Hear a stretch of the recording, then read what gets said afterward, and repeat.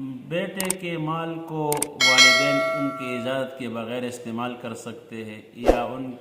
بیٹے کے مال میں والدین کا حق ہے؟ تو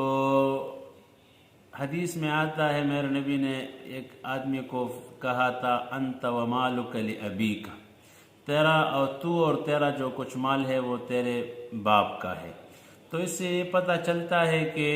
والدین اپنے بیٹے کے مال کو استعمال بھی کر سکتا ہے اور وراثت کے تھرو سے بھی والدین کا حق ہے بیٹے کے مال میں۔ باقی بیوی کے اپنے حقوق ہے، بچوں کے اپنے حقوق ہے، بہن بھائیوں کے اپنے حقوق ہے اور رشتہ داروں کے اپنے حقوق ہے، لیکن یہ ہے کہ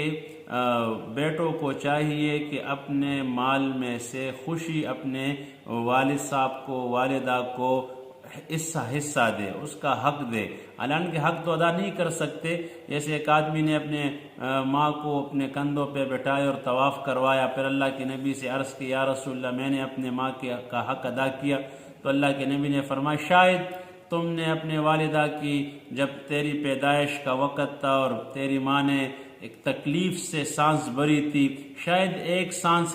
کا حق آپ نے ادا کی ہو۔ تو والدین کا حق تو کوئی ادا نہیں کر سکتا، ہاں احسان کا معاملہ آدمی کرے، اپنے مال اس پر خرچ کرے، ان کی بیمار پرسی اور ان کی تمیمداری اور ان کے ساتھ بیٹھنا، ان کی خدمت کرنا، ان کا حال پوچھنا، تو یہ سارے سب کچھ ہے بیٹے پر۔ باقی بیٹے کے مال میں سب کا حصہ ہے اور والدین کا تو خصوصی حصہ ہے، اگر وہ ایجاد کے بغیر بھی خرچ کرے تو ان کو حق حاصل ہے۔